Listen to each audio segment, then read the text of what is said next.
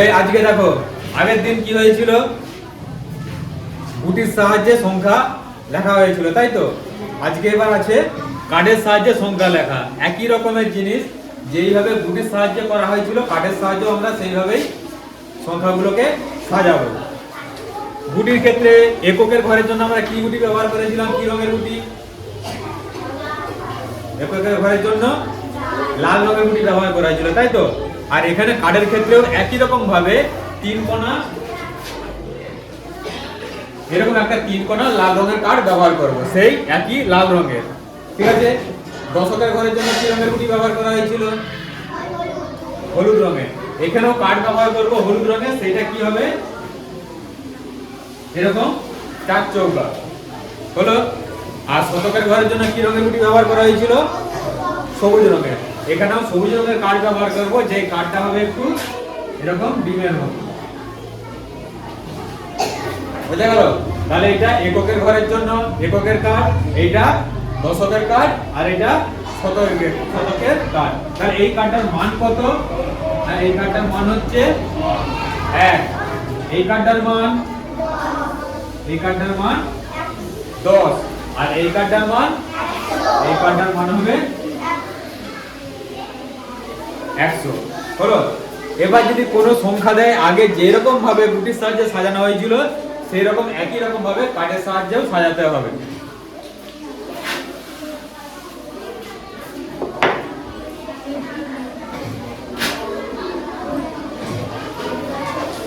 মনে করো সংখ্যা দিয়েছে 35, এটাকে কার্ডের সাহায্যে কিভাবে সাজাবে? এখানে এককের ঘরে কি সংখ্যা আছে? এককের ঘরে আছে 5, আর দশকের ঘরে 3। এবার কার্ডটা সাজানোর ক্ষেত্রে তোমরা যে দিক থেকে খুশি সাজাতে পারো।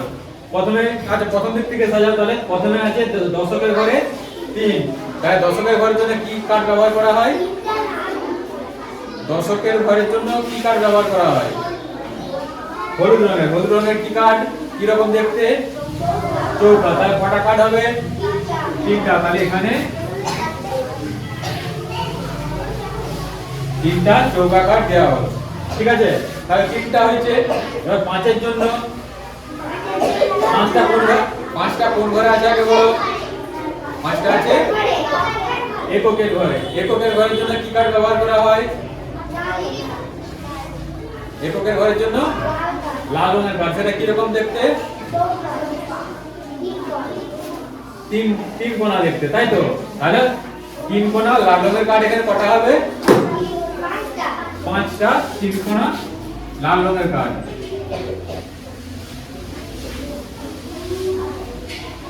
তাহলে এইটা হয়ে গেল কি, এই সংখ্যাটাকে কার্ডের সাহায্যে নির্ণয়। ঠিক আছে। এবার যদি 3 অঙ্কের একটা দেওয়া হয়,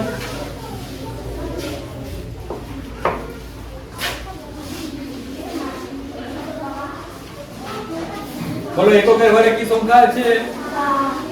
7। দশকের ঘরে 4। শতকের ঘরে 2। তাহলে শতকের ঘরে কত দিক থেকে সাজাও?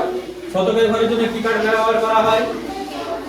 সবুজ রঙের। কটা কার্ড ব্যবহার করা হবে এখানে? 2টো। হলো।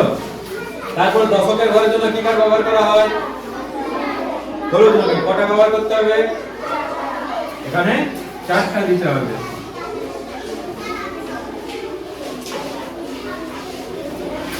এককের ঘরের জন্য কি রঙের কার্ড?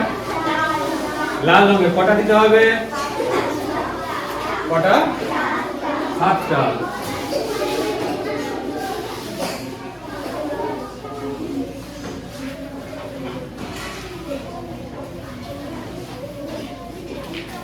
তাহলে এটা হলো কি আমাদের কার্ডের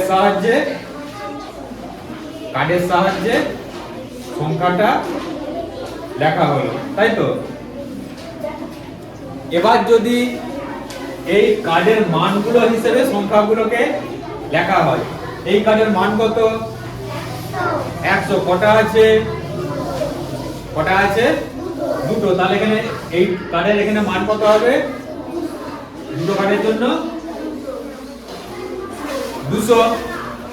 এই কার্ডের মান কত? এই কার্ডের মান কত? 10। কটা আছে? 4টা, তাহলে এর মান কত হবে? হ্যাঁ, এর মান হবে 40। এই কার্ডের মান কত? এই কার্ডের মান 1। এখানে কটা আছে? 7টা, তাহলে এর মান কত হবে? 7। এবার দেখো এই সংখ্যাগুলোকে যদি যোগ করা হয় আমাদের কি হবে? এই সংখ্যাটাই আসবে। এই যে এইটাকে লেখা হলো, উপরেগুলো কি কার্ডের সাহায্যে সাজানো হয়েছে, সংখ্যাটাকে কার্ডের সাহায্যে সাজানো হয়েছে। এই যে নিচে যেটা লেখা হলো এইটাকে বলা হবে স্থানীয় মানে লেখা। মনে রাখবে কি বললাম? এইটাকে বলা হবে স্থানীয় মানে লেখা। এবার যদি এই স্থানীয় মানে সংখ্যাগুলো লেখার সময় যদি মাঝে একটা করে যুক্ত চিহ্ন দিয়ে দেওয়া হয়, তখন হয়ে যাবে কি এটা স্থানীয় মানে বিস্তার করে লেখা। বিস্তার করে মানে বড় করে লেখা আছে স্থানীয় মান আকারে, সেই জন্য যোগ আকারে এগুলোকে লিখতে হয়। যোগ আকারে লিখলে দেখবে এই সংখ্যাগুলোকে যোগ করলে আমাদের এই সংখ্যাটাই হবে। বুঝে গেল? তাহলে আগে আমরা কি শিখেছিলাম? সংখ্যায় লেখা। তারপরে কি দেখলাম? কথায় লেখা। কথায় লেখার ক্ষেত্রে কি করতে হয় না, যেটাকে সংখ্যায় লেখা থাকে সেটাকে আমাদের বানান করে লিখতে হয়। আর কি দেখেছিলাম? স্থানীয় মানে লেখা। স্থানীয় মানে লেখার ক্ষেত্রে কি স্থানীয় মানগুলোকে শুধু লিখতে হতো, তাই তো? আর স্থানীয় মানে কথায় লেখা হয়েছিল, যেখানে কি প্রত্যেকটা স্থানের মানকে সেই স্থানীয় মান হিসেবে বলতে হয়েছিল। যেরকম কি 2 শতক, 4 দশক, 7 একক। আর এখানে এটা কি লেখা হলো? স্থানীয় মানে বিস্তার করে লেখা। যদি এইভাবে প্রত্যেকটা ছক আকারে দিয়ে থাকে, যে যার ছকে সে তার মতো করেই লিখতে হবে। মনে থাকবে?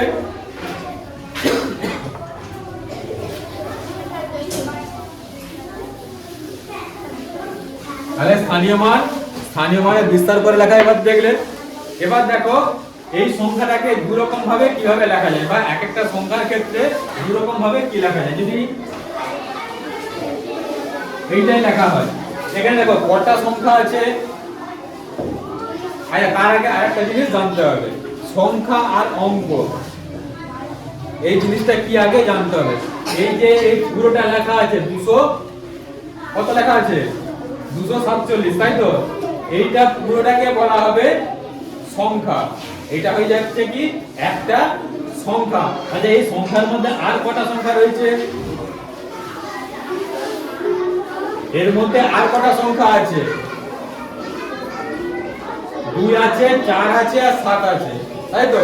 এই 2, 4 আর 7 দিয়ে 247 তৈরি হয়েছে। এই যে প্রত্যেকটাকে আলাদা আলাদা করে যদি বলা হয়, তখন এইগুলোকে এক একটাকে বলা হবে অঙ্ক। মনে রাখবে কি বললাম? পুরোটা একটা সংখ্যা, এই সংখ্যার ভিতরে যতগুলো থাকবে সেইগুলোকে এক একটা করে বলা হবে অঙ্ক। বুঝে গেল? যদি 7 থাকতো তখন বলা হতো এক অঙ্কের সংখ্যা। যদি 4 আর 7 47 যদি হতো তখন এটাকে কি বলা হতো? 2 অঙ্কের সংখ্যা। আর এটা 3টা আছে, তখন এটাকে বলা হবে 3 অঙ্কের সংখ্যা। কারণ কি এর মধ্যে 3টা অঙ্ক দিয়ে এই সংখ্যাটা তৈরি হয়েছে। বুঝে গেল? এরকম তোমাকে যতই বড় দিক না কেন, প্রত্যেকটা আলাদা আলাদা করে কি হবে? যত অঙ্ক থাকবে তত অঙ্কের সেটা সংখ্যা হবে।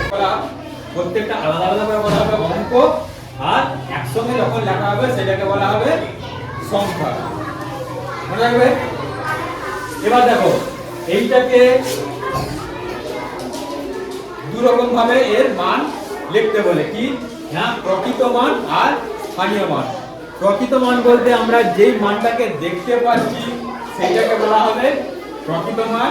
আর স্থানীয় মান তো আগেই জেনেছো, যে স্থানে আছে সেই স্থানে ওই সংখ্যাটার মান যত হবে সেইটা হয়ে যাবে ওই সংখ্যার স্থানীয় মান। যেমন এখানে কত? 7 কত ঘরে আছে? এককের ঘরে।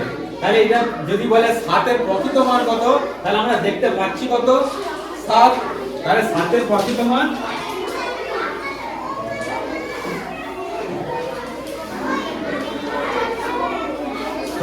আমরা যেটা দেখতে পাচ্ছি প্রকৃত মান কত হবে? 7। আর এখানে 7 এর স্থানীয় মান, এটা কোন স্থানে আছে?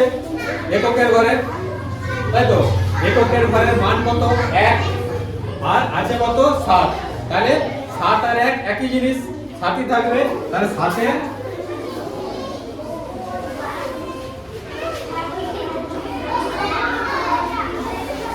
স্থানীয় মান হবে 7। বুঝা গেল কি বললাম? বুঝা গেল না যায়নি? যেইটা আমরা দেখতে পাবো সেটা হচ্ছে প্রকৃত মান, আর সেই সংখ্যাটা যেই স্থানে আছে সেই স্থানের মানটা হয়ে যাবে স্থানীয় মান। আচ্ছা এটা 7 হলো, এর পরেরটা হলো ভালো করে বুঝতে পারবে। দেখো এইটা কত আছে 4, তাহলে যদি বলে 4 এর প্রকৃত মান তখন কত হবে? কত দেখতে পাচ্ছি আমরা? 4টাই দেখতে পাচ্ছি, তাহলে 4 এর প্রকৃত মান হবে 4।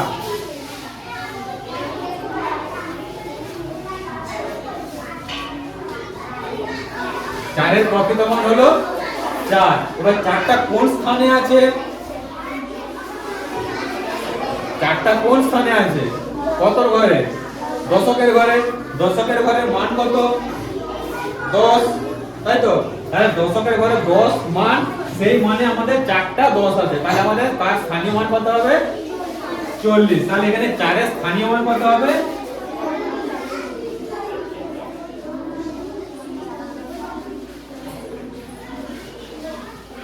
4 এর স্থানীয় মান হবে 40। তাহলে বোঝা গেছে স্থানীয় মান। তাহলে এবার দুইটা নিজেরা বলো 2 এর প্রকৃত মান।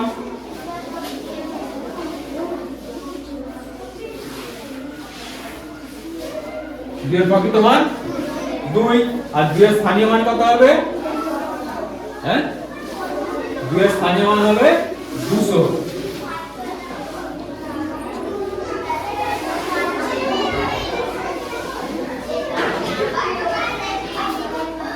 বুঝা গেল? তাহলে প্রকৃত মান আর স্থানীয় মান লিখতে পারবে, লিখতে পারবে তো? এবার নিজে রাখতে বলো।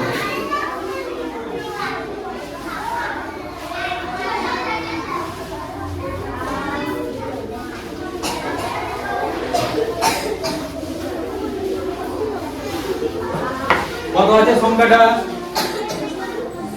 532। তাহলে এখানে যদি বলা হয় 5 এর প্রকৃত মান কত হবে? 5 এর প্রকৃত মান 5। আর এখানে তাহলে 5 এর স্থানীয় মান কত হবে?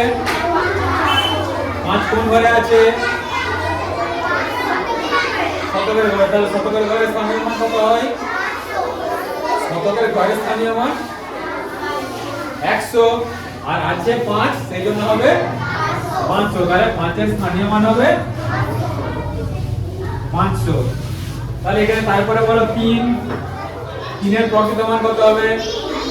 3 এর প্রকৃত মান হবে 3, আর 3 এর স্থানীয় মান 3 এর স্থানীয় মান হবে 30। আর এখানে 2 এর প্রকৃত মান, হ্যাঁ 2, আর 2 এর স্থানীয় মান এটা হয়ে যাবে 2। তার মানে এককের ঘরে যে সংখ্যাটা থাকবে বা যে অঙ্কটা থাকবে তার প্রকৃত মানও যা আর স্থানীয় মানও তাই। বা দশকের ঘর থেকে তাদের পেছনে শূন্য বসে যাবে স্থানীয় মানের ক্ষেত্রে। বোঝা গেল? স্থানীয় মান লেখার একটা সহজ নিয়ম আছে, দেখো কিভাবে লেখা হয়।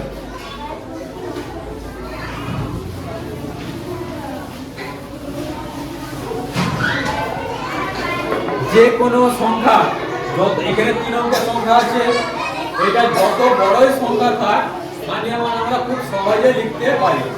কিরকম না, যে সংখ্যাটা এই সংখ্যার মধ্যে যে অঙ্কের স্থানীয় মান চাইবে সেই অঙ্কটা আগে লিখে ফেলবো। যদি এইটার ক্ষেত্রে ধরি, বলছে তোমাকে 5 এর স্থানীয় মান বার করতে, নাকি? তাহলে আগে আমরা লিখে ফেলবো কি 5 হলো। এবার দেখতে হবে 5 এর পর আমাদের কতগুলো সংখ্যা বাকি রয়েছে। কতগুলো সংখ্যা বাকি রয়েছে? দুটো। তাহলে আমাদের 5 এর গায়ে দুটো শূন্য বস করে দাও, ব্যাস আমাদের তাহলে 5 এর স্থানীয় মান বেরিয়ে যাবে। বুঝে গেল? তারপরে কত আছে? 3 এর স্থানীয় মান বার করো। 3 লিখলে 3 লেখা হলো। 3 এর পর আর কটা সংখ্যা বাকি আছে? একটা। তাহলে 3 এর গায়ে একটা শূন্য বস করে দাও, ব্যাস 3 এর স্থানীয় মান বেরিয়ে গেল। তারপরে 2 2 এর পর আর কোনো সংখ্যা আছে নেই, তাহলে 2 সেটা একা বসে থাকবে। তাহলে এগুলো কি বেরালো, যেটা স্থানীয় মান, তাই তো। এবার এর মাঝে যদি আবার একটা করে যোগ দিয়ে দিই তখন হয়ে যাবে কি, এটা স্থানীয় মানের বিস্তার। মনে রাখবে, তখন এটা হয়ে যাবে কি স্থানীয় মানের বিস্তার। এবার দেখো এটা তোমাদের 3 অঙ্কের সংখ্যা, যদি একটা বড় রকম সংখ্যা দিয়ে দেয় তখন যদি তার একটা অঙ্কে একটা বড় রকম সংখ্যা দিল, অনেকগুলো তার মধ্যে অঙ্ক আছে, তার যদি স্থানীয় মান বার করতে বলে, কি করে বার করবে তখন? তখন এই পদ্ধতিটা করতে হবে। যদি একটা বড় রকম সংখ্যা ধরা হোক,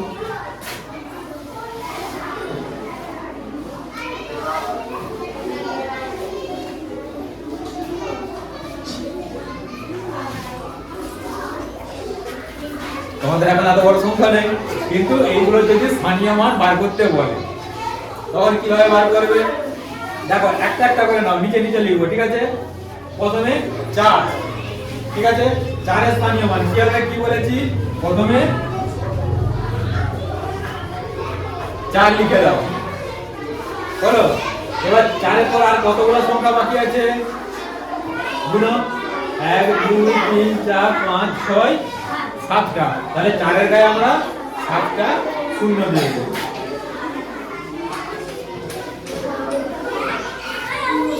তাহলে এটা কি হলো, আমাদের 4 এর স্থানীয় মান হয়ে গেল। তারপরে 2 দেখো, দেখা হলো। 2 এর পর আর কতগুলো সংখ্যা রয়েছে? 6টা। তাহলে 2 এর গায়ে 6টা শূন্য দিয়ে দেবো। এটা হয়ে গেল কি 2 এর স্থানীয় মান। তারপরে কত আছে? 5 দেখো, 5 এর পর কতগুলো সংখ্যা আছে? 5 এর পর আছে 5টা সংখ্যা। তাহলে 5 এর গায়ে 5টা শূন্য বসে গেল। তাহলে এটা হয়ে গেল কি 5 এর স্থানীয় মান। এবার লেখো 7। তারপরে কত আছে? 7 হলো। 7 এর স্থানীয় মান কি হবে? 7 এর গায়ে কতগুলো সংখ্যা আছে? 7 এর গায়ে 4টা সংখ্যা আছে। তাহলে এখানে 7 এর গায়ে 4টা শূন্য বস করে দাও, হলো। তারপরে এখন 9 এর স্থানীয় মান, আর নিচে 9 লেখো। 9 এর স্থানীয় মান, তাহলে 9 এর গায়ে কতগুলো সংখ্যা আছে? 3টা। এখানে 3টা শূন্য দিয়ে দাও, হলো। তারপরে আছে 3 এর স্থানীয় মান, 3 এর গায়ে কটা সংখ্যা আছে? 2টো। 3 এর গায়ে 2টো শূন্য দিয়ে দাও, হলো 3 এর স্থানীয় মান। 4 এর স্থানীয় মান বলো, নিজেরা বলো। 4 লেখা হবে, 4 এর গায়ে একটা শূন্য, হলো। তাই এটা হলো 4 এর স্থানীয় মান। আর এখানে 7 এর স্থানীয় মান কি হয়? এককের ঘর মানে সেই সংখ্যাটাই রয়ে যাবে। তাহলে এখানে হলো 7। তাহলে দেখো আমাদের যত বড় সংখ্যাই দিক, আমরা যদি এই নিয়মটাকে মনে রাখতে পারি তাহলে কি হয়ে যাবে, আমাদের স্থানীয় মান লেখাটা খুব সহজে লেখা হয়ে যাবে। এবার এই সংখ্যাটাকে যদি বিস্তার করে লিখতে বলে তখন কি হবে, আমাদের প্রত্যেকটা সংখ্যাকে যে স্থানীয় মানগুলো লিখেছি সেইগুলোকে সব এইভাবে যোগ আকারে লিখে দিতে হবে। এই সংখ্যাটা লেখা হলো, তারপর যোগ দিয়ে এই সংখ্যাটা পরপর যোগ আকারে লিখে দিলে সেটা হয়ে যাবে কি বিস্তার করে লেখা। মনে থাকবে? তাহলে বিস্তার করে লেখাটা কি জিনিস হবে? স্থানীয় মানে লেখা আর বিস্তার করে লেখা প্রায় একই জিনিস। শুধু যদি স্থানীয় মানে লিখতে বলে তখন শুধু স্থানীয় মানে লেখা হবে, আর বিস্তার করে লিখতে বলে স্থানীয় মানে লিখে সেটাকে আবার যোগ আকারে লিখে দিতে হবে। বুঝা গেল? তাহলে স্থানীয় মানে আর প্রকৃত মানে বার করতে পারবে। আচ্ছা, এখানে যদি বলা হয় এই সংখ্যাটা, এটা কত? এটা কত? 7। এর প্রকৃত মান কত? এর প্রকৃত মান কত হবে? হ্যাঁ, এর প্রকৃত মান হবে 7। তাহলে স্থানীয় মান আমাদের কত বেরিয়েছিল? এখানে 7। 7 এর গায়ে 4টা শূন্য, সেটা হলো কি এর স্থানীয় মান। তাহলে স্থানীয় মান কত বোঝা গেছে?